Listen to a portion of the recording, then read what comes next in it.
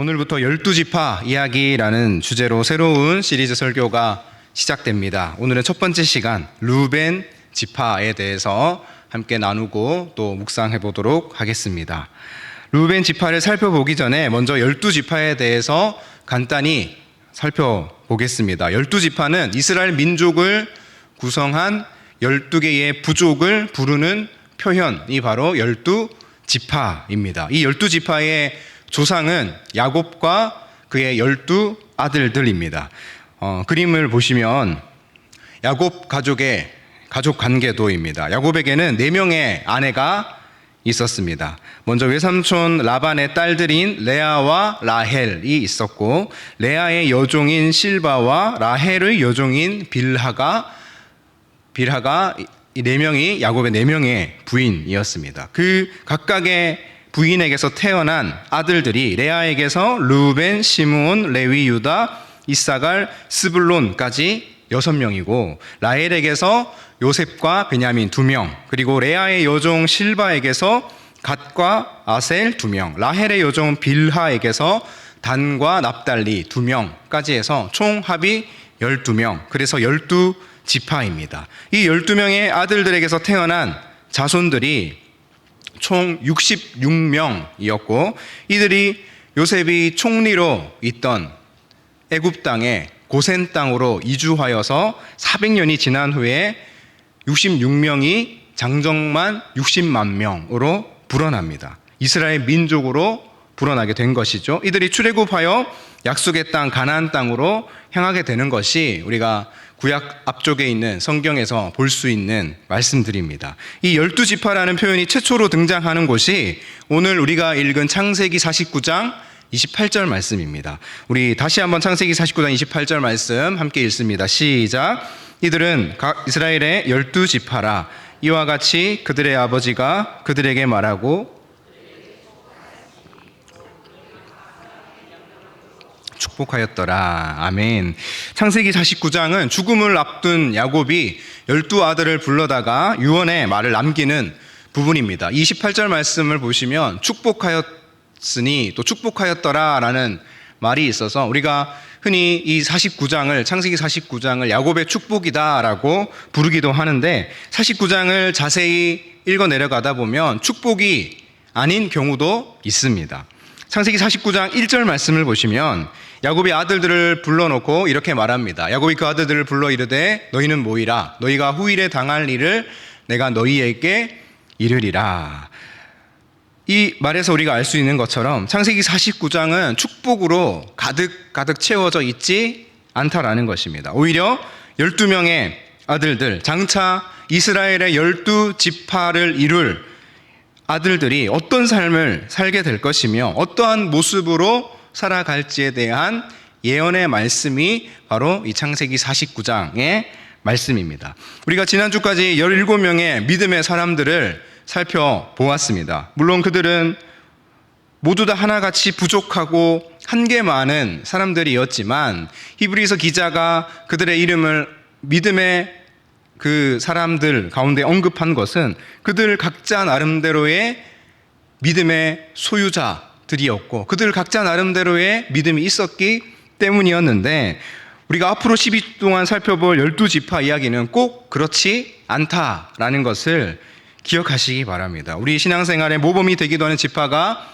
있는 반면 교사로 삼아야 할 지파들의 모습도 있다라는 것입니다. 이 12주 동안 각 지파별로 한 주 한 주 살펴볼 때에 여러분들 은혜를 받으시고, 또 우리 신앙생활에 때로는 모범적인 그런 교훈으로, 때로는 반면교사로 삼아 우리 신앙생활의 교훈을 삼으시는 저 여러분 될 수 있기를 소망합니다. 오늘 살펴본 루벤 지파의 조상 루벤에 대해서 본격적으로 살펴보겠습니다. 이 루벤은 야곱이 첫 번째 아내 레아에게서 낳은 장남입니다. 루벤이란 이름의 뜻은 원어로 보라, 아들이다 라는 뜻입니다.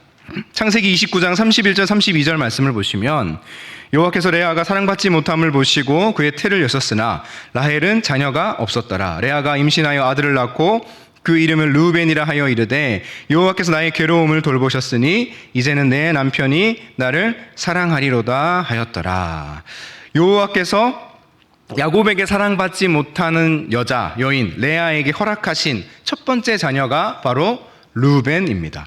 당시는 오직 아들이 중요했습니다. 그런데 사랑받지 못하는 이 아내가 아들을 낳았으니 얼마나 기뻤겠습니까? 그래서 레아는 아들의 이름을 지을 때 사랑받지 못했던 자신의 서름을 담아서 보라, 아들이다, 아들이라고 지은 것입니다.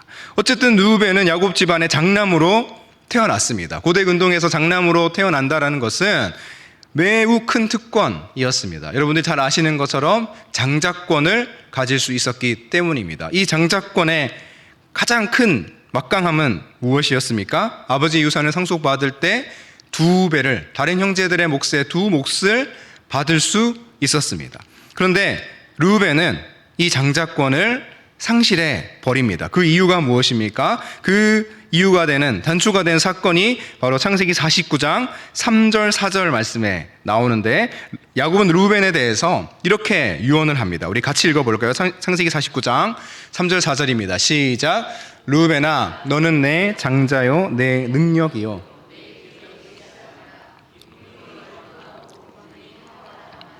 물의 끓음 같았은즉 너는 탁월하지 못하리니 내가 아버지의 침상에 올라 더럽혔음이로다. 그가 내 침상에 올랐었도다. 르우벤은 위풍이 월등하고 권능이 탁월한 장자였습니다. 그런데 아버지 야곱은 이 르우벤에게 장자권 주기를 거부합니다. 왜입니까? 아버지의 침상에 올라 더럽혔기 때문에. 이 사건은 창세기 35장에 자세히 기록되어 있습니다. 우리 성경을 앞쪽으로 좀 넘겨서 창세기 35장으로 한번 가보겠습니다. 창세기 35장 22절 말씀입니다. 54페이지 창세기 35장 22절 말씀 함께 읽어보겠습니다. 시작.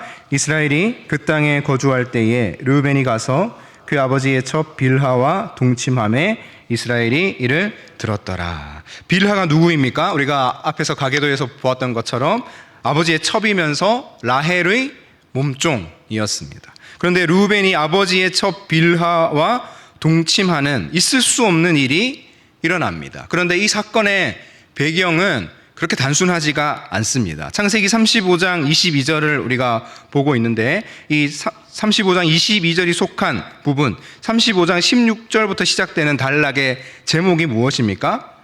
라헬이 산고로 죽다라고 되어 있습니다. 라헬이 죽었습니다. 라헬이 누구입니까? 야곱이 가장 사랑했던 아내였습니다. 곱고 아리따운 라헬을 야곱이 얼마나 사랑했는지 외삼촌 라반의 집에서 7년을 섬기겠습니다. 자처하고 7년을 시작했습니다. 드디어 7년이 지나고 라헬에게로 들어갔는데 아침에 눈을 떠보니 라헬이 아니라 라헬의 언니 레아였습니다. 외삼촌에게 따지러 갔더니 외삼촌 라반이 말합니다.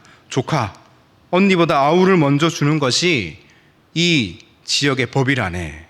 그러면 진작에 말을 좀 해줄 것이지. 그래서 다시 7년, 총 14년을 채우고서야 야곱은 라헬을 완전히 아내로 얻을 수 있을 정도로 야곱은 라헬을 사랑했습니다. 야곱이 이처럼 사랑한 아내가 라헬이었는데 지금 라헬이 죽음을 맞이했습니다. 이 사건이 르우벤에게 또 다른 의미로 와닿은 것입니다. 아버지 야곱이 라헬을 사랑하는 것만큼 이 르우벤의 어머니인 레아는 사랑받지 못했습니다. 게다가 라헬의 아들이 누구입니까? 라헬의 첫 번째 아들이 바로 요셉입니다. 아버지 야곱은 라헬을 사랑하는 것만큼 요셉도 사랑했습니다. 라헬이 죽고 나자 그 아들 요셉을 향한 애틋한 마음이 얼마나 더 커졌겠습니까? 편애도 더욱 심해졌습니다. 야곱은 다른 아들들보다 요셉을 더 사랑했고 야곱에게 채색 옷을 입히기도 했습니다. 라헬의 죽음과 라헬의 아들 요셉을 보면서 르우벤은 큰 그 고뇌의 시간을 거쳐왔을 것입니다. 처음에는 아버지는 왜 저러실까? 왜 우리 어머니 레아보다 라헬을 저렇게 티가 나게 사랑하시는 것일까? 왜 저 끝에서 두 번째 있는 11번째 아들 요셉을 저렇게 유별나게 사랑하실까? 처음에는 이 정도였을 것입니다. 그런데 점점 더 이 마음은 시기와 질투로 또 자존감의 문제로 심각해지기 시작하고 아버지는 왜 그러실까를 넘어서 이제 르우벤의 마음속에는 아버지는 옳지 않다, 아버지는 틀렸다로 바뀌게 되고, 더 나아가 르우벤은 생각하는 것입니다. 장자권은 내 것인데. 그래서 채색 옷을 입은 요셉이 눈앞에 지나갈 때마다, 이상한 꿈 이야기를 하고 다닐 때마다 르우벤은 점점 더 장자권이라는 것에 집착하기 시작하는 것입니다.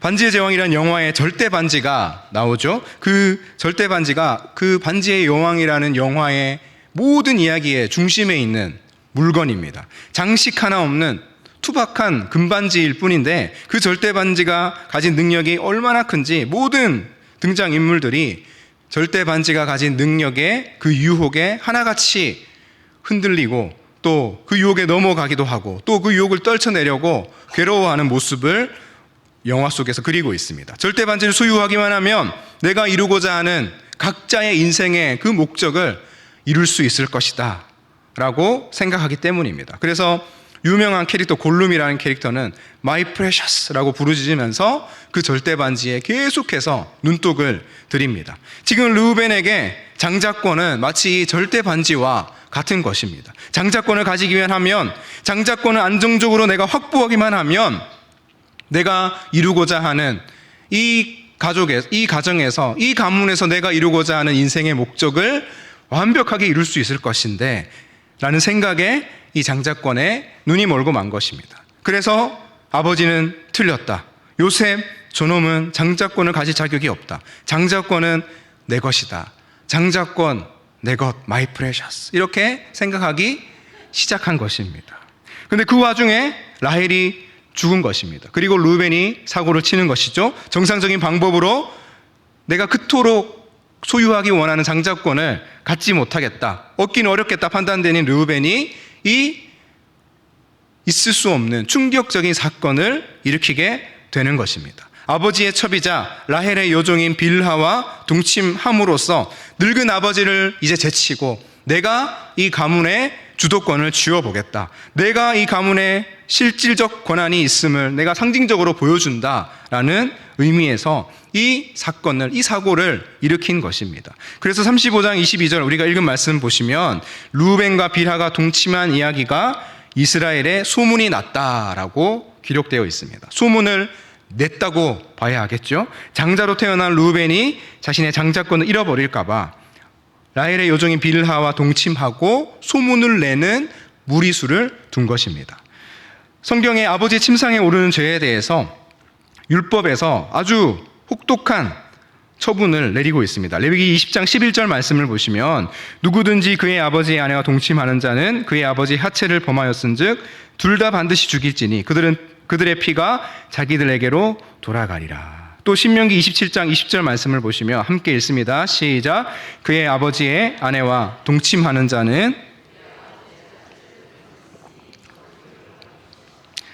아버지의 아내와 동침하는 죄를 지은 자는 반드시 죽게 되는 저주를 받을 것이다 라고 성경은 또 율법은 말하고 있습니다. 이 아버지의 침상에 오르는 죄 그 자체로도 매우 악한 죄라는 것입니다. 그런데 이 죄가 특히 더 큰 죄인 이유가 있습니다. 우리 다시 창세기 49장으로 넘어오셔서 창세기 49장 4절 말씀을 다시 한번 보시겠습니다.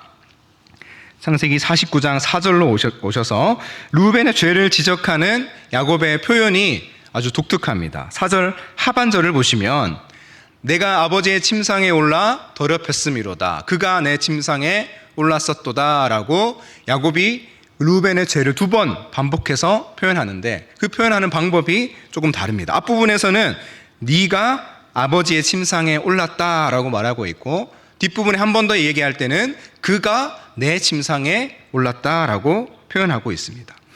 앞부분에서는 르우벤을 2인칭 너로 표현하는데 뒷부분에서는 좀 더 거리가 멀어져서 3인칭 그라고 표현하고 있고, 앞부분에서는 아버지의 침상에 올랐다라고 하는데 뒷부분에서는 내 침상에 올랐다, 마치 가족이 아니라 이제 남인 것처럼 여기듯 내 침상에 올랐다라고 아버지 야곱이 말하고 있습니다. 2인칭에서 3인칭으로, 또 아버지의 침상에서 내 침상으로 이 언어의 거리감이 점점 더 멀어지고 있습니다. 이것은 아버지 야곱과 아들 르우벤의 거리가 멀어지고 그 관계가 단절되고 있다라는 것을 보여주는 표현입니다.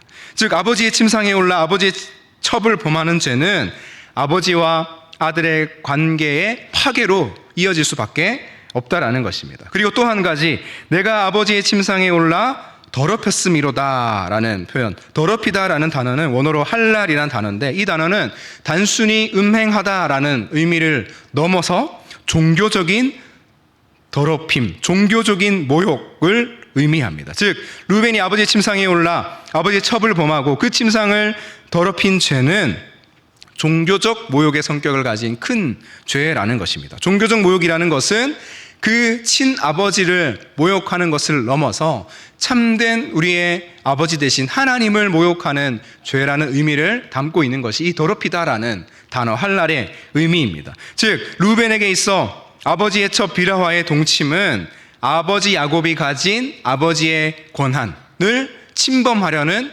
시도였습니다. 아버지의 권한이 무엇입니까? 장자권을 부여하는 권한입니다. 그 장자권을 부여하는 권한을 내가 침범하겠다, 내가 그것을 빼앗아 오겠다라는 시도가 바로 빌하와의 동침 사건이 의미하는 것입니다.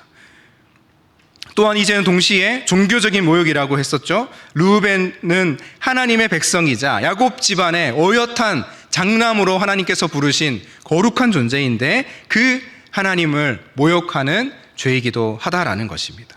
여러분, 우리가 죄를 지을 때 악하다라고 하는 것은 어떤 것을 의미하는 것입니까? 우리가 짓는 어떤 죄의 종류, 거짓말을 하거나 미워하거나 너무 착한 죄네요. 하여튼 이런 죄를 짓는 것 그 자체도 악한 것입니다. 그런데 그 악하고 나쁜 죄 자체보다 더 나쁜 것은 무엇입니까? 더 악한 것은 무엇입니까? 우리는 하나님의 소유된 백성들로서 죄 지어서는 안 되고 죄를 멀리 해야 되는 존재인데, 하나님의 그런 거룩한 백성인데 죄에 우리를 그냥 힘없이 내어준다라는 것이 더 악한 것입니다. 왜 그것이 악합니까? 우리의 육체와 영혼을 하나님의 거룩한 자녀로 삼으신 하나님의 권한에 침범하는, 우리의 권한으로 우리의 죄를 지으려는 시도를 하는 것이기 때문입니다. 여러분은 여러분의 육체와 영혼을 죄에 내어주지 않으려고 날마다 적극적으로 몸부림치며 살아가고 계십니까? 우리를 거룩한 자녀로 삼아주신 하나님 아버지의 권한에 침범하고 가로채려는 그 정말로 악한 그 시도를 멈출 수 있는 저와 여러분 될 수 있기를 소망합니다. 이 결과 르우벤은 어떤 처분을 받습니까? 장자권을 박탈당합니다. 역대상 5장 1, 2절 말씀에서 이렇게 말합니다. 함께 읽습니다. 시작. 이스라엘의 장자 르우벤의 아들들은 이러하니라. 르우벤은 장자라도 그의 아버지의 침상을 더럽혔으므로 장자의 명분이 이스라엘의 아들 기록되지 못하였느니라. 유다는 형제보다 뛰어나고 주권자가 유다에게서 났으나 장자의 명분은 요셉에게 있으니라. 장자의 명분은 누구에게로 갔습니까? 요셉에게로 갔습니다. 장자 르우벤이 받아야 할 장자권이 아버지를 모욕하고 여호와 하나님을 모욕한 이 사건으로 말미암아 박탈당하고 요셉에게로 갔습니다. 그 요셉에게로 갔다라는 것은 후에 가나안 땅을 분배할 때에 요셉의 두 아들 므낫세와 에브라임이 각각 땅을 한 몫씩, 산술적으로는 두 몫의 땅을 요셉이 받게 되는 것에서 상징적으로 이루어집니다. 르우벤을 일컬어서 그래서 뭐라고 하느냐? 장자권을 빼앗긴 장자라고 부릅니다. 주 안에 사는 성도 여러분, 우리를 거룩한 하나님의 자녀로 부르신 사실을 잊어버렸던 이 르우벤과 같은 우를 범하지 마시기 바랍니다. 하나님이 우리를 거룩한 자녀로 부르셨다는 사실을 기억하며 날마다 적극적으로 죄를 멀리하고 죄에서 더 내 육체와 영혼을 깨끗게 하겠다라는 의지를 가지고 살아가실 수 있는 저 여러분 될 수 있기를 소망합니다. 르우벤의 성향을 매우 잘 보여주는 표현이 한 가지가 있습니다. 바로 창세기 49장 4절 말씀에 너는 물에 끓음 같았은즉 이라는 표현입니다. 여러분, 물이 끓을 때 어떤 일이 일어납니까? 물이 액체에서 기체로 변합니다. 액체 상태에서는 물 분자 H2O가 서로 줄을 맞추어서 다닥다닥 아주 친밀하게 붙어 있는데, 기체가 되고 수증기가 되면 이 물 분자들이 서로 떨어지고 멀리 도망을 가버립니다. 그래서 물 1리터가 수증기가 되면 그 부피가 1700배가 된다고 합니다. 그러니 물분자들이 제 멋대로 돌아다니는 상태가 바로 물의 끓음의 상태인 것이죠.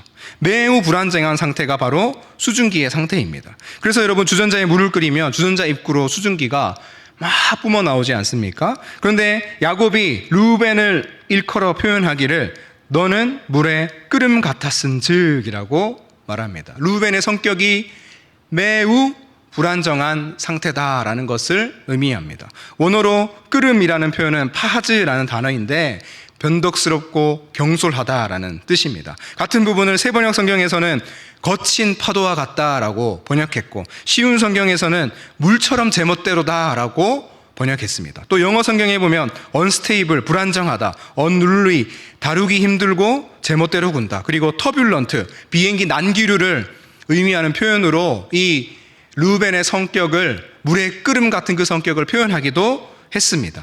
물의 끓음 같은 이 르우벤의 성향을 그대로 쏙 빼닮았는지 성경 속의 르우벤 지파의 후손들의 모습도 이와 같습니다. 먼저 민수기 16장, 우리 민수기 16장을 한번 찾아보겠습니다. 구약성경 221쪽입니다. 민수기 16장 1절에서 3절 말씀.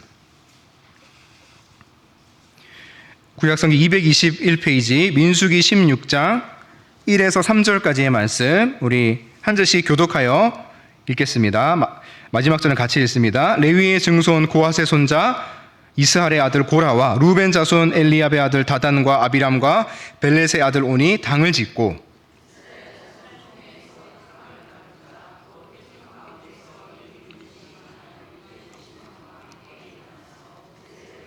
함께 있습니다. 그들이 모여서 모세와 아론을 거슬러 그들에게 이르되 너희가 분수에 지나도다. 회중이 다 각각 거룩하고 여호와께서 또 그들 중에 계시거늘 너희가 어찌하여 여호와의 총회 위에 스스로 높이느냐. 이 민수기 16장의 사건은 광야 시대 최대의 반란 사건이라고 불리는 고라 자손의 반역 사건입니다. 고라 자손들이 거들먹거리면서 모세와 아론에게 반란을 일으킵니다. 거스른다라는 표현이 있었죠. 너희만 거룩하냐? 우리도 거룩하다. 너희들만 높아지려 하지 말라고 선을 넘는 발언을 하고 반역을 일으킨 것입니다. 모세와 아론이 정말 그 이스라엘을 교만하여서 군림한 지도자입니까? 그렇지 않습니다. 하나님께서 세우신 지도자입니다. 그런데 이 고라 자손들이 교만하여서 선을 넘어도 세게 선을 넘은 것입니다. 결국 이 고라 자손들이 어떻게 되죠? 땅이 그 입을 열어서 고라 자손들을 삼키는 끔찍한 일이 일어나고 여호와의 불이 사람들을 불사르는 일이 이후에 16장에 보면 나타납니다. 그런데 이 사건 때 고라 자손들이 충동질하여서 이 반란 사건에 동조하게 한 지파가 바로 르우벤 지파, 르우벤 자손들입니다. 이렇게 동조했겠죠? 르우벤 자손들이요, 사실은 당신들이 장자 출신이 아니냐, 저 모세와 아론이 어디 듣도 보도 못한 출신이냐, 이번 기회에 제대로 명예회복을 하라라고 충동질했을 것입니다. 그런데 그때에 물의 끓음 같은 성격을 가진 르우벤 자손들이 팔을 하고 끌어오른 것입니다. 아니 잠깐만, 조금 더 기도해보고 결정할게, 이렇게 했으면 이런 위험에 빠지지 않았을 것인데, 물이 끓음 같은 그들의 성격을 버리지 못하고 충동질할 때에 쉽게 끌어올라 이런 비극을 당한 것입니다. 또 르우벤 자손들의 모습이 민수기 32장에 기록되어 있습니다. 우리 250페이지 한번 넘겨보시겠습니까? 구약성 250페이지 민수기 32장입니다.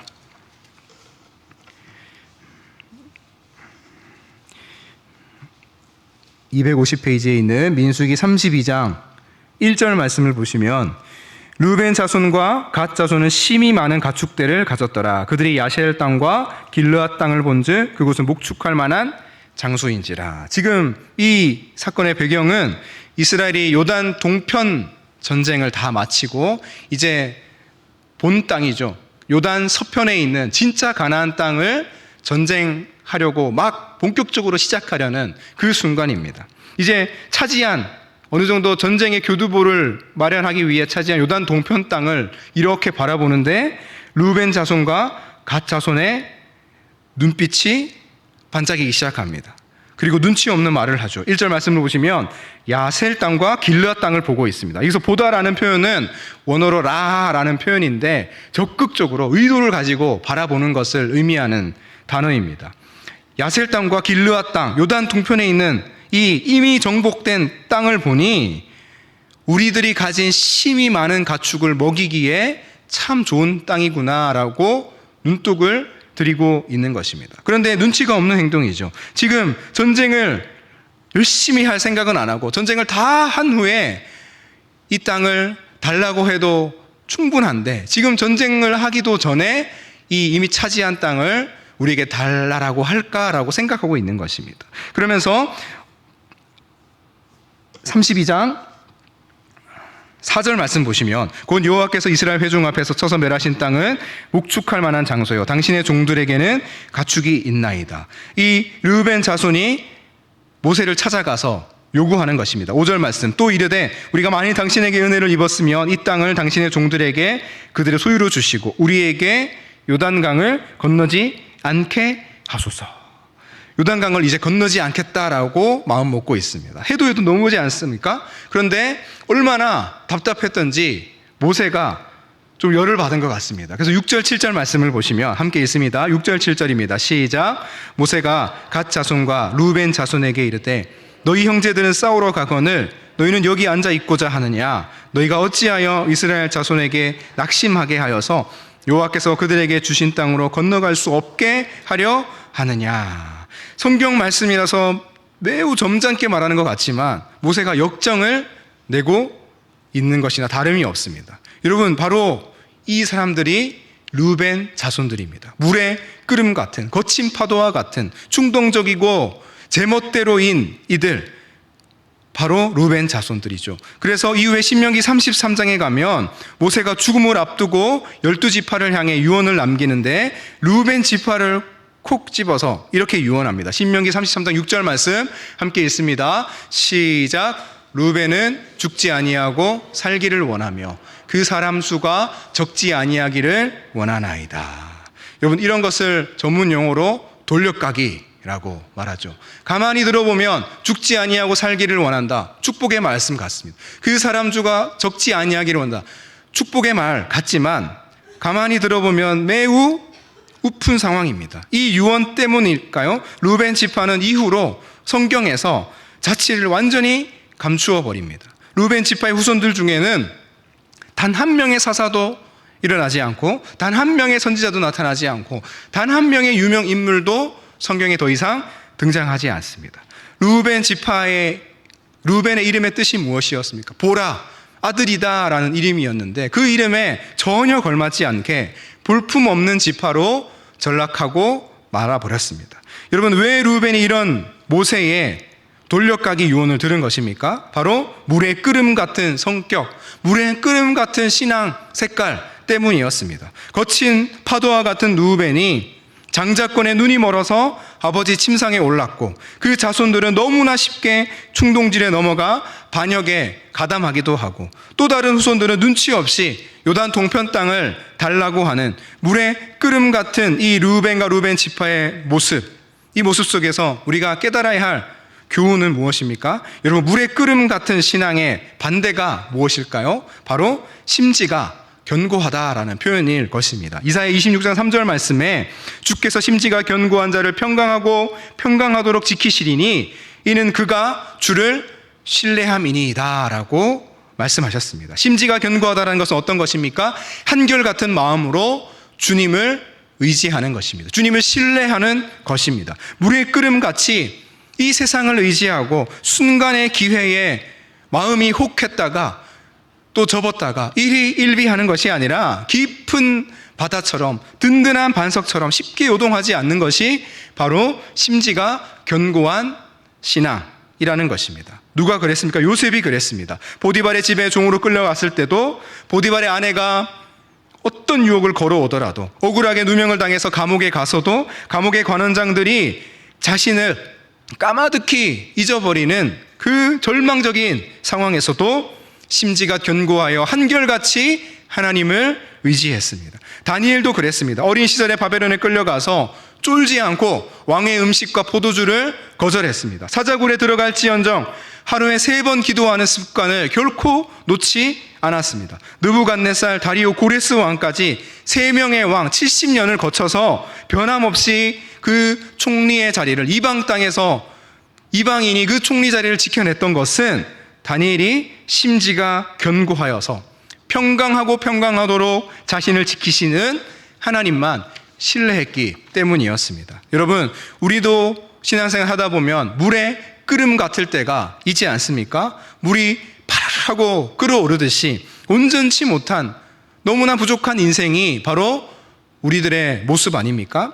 때로는 하나님의 말씀이 아니라 세상의 소리에, 주변의 목소리에 쉽게 마음이 흔들리고 하루에도 몇 번씩 마음이 올라갔다 내려갔다 하는 것이 우리들 아닙니까? 저 하늘을 바라보라, 너희 사명을 바라보라는 하나님의 명령에 너무나 무색하게 내 눈앞에 당장 보이는 야셀 땅과 길앗 땅을 바라보며 당장의 나의 안녕과 안위를 위해 내 마음의 결정을 내리는 것이 우리들의 모습이 아닙니까? 그래서 루벤과 같이 우리의 육체와 우리의 영혼을 너무나 쉽게 그 하나님의 뜻이 아닌 죄 가운데 내어주고 우리를 거룩한 자녀로 삼으신 하나님의 권한을 침범하여 하나님 아버지를 모욕하는 모습이 우리 인생 가운데 있지는 않습니까? 오늘 이 르우벤의 모습을 보며 교훈을 보며 우리의 삶과 우리의 인생을 돌아볼 수 있기를 소망합니다.